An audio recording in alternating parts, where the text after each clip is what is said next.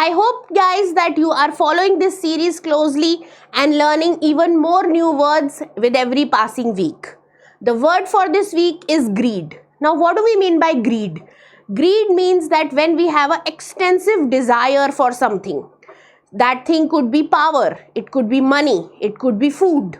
So a person who showcases greed is a greedy person. But what are some of the words that you might encounter on the GRE that also mean greed?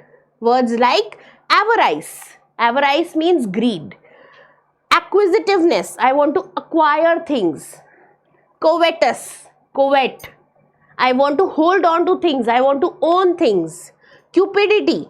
Gluttony. Gluttony is greed with respect to food. I am a glutton. I like to eat a lot, even beyond my capacity.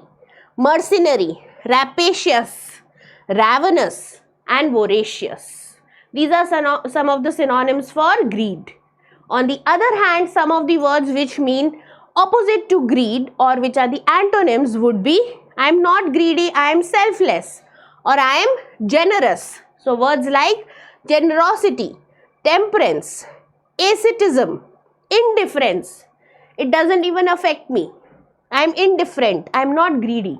I have self-restraint. I have constraint.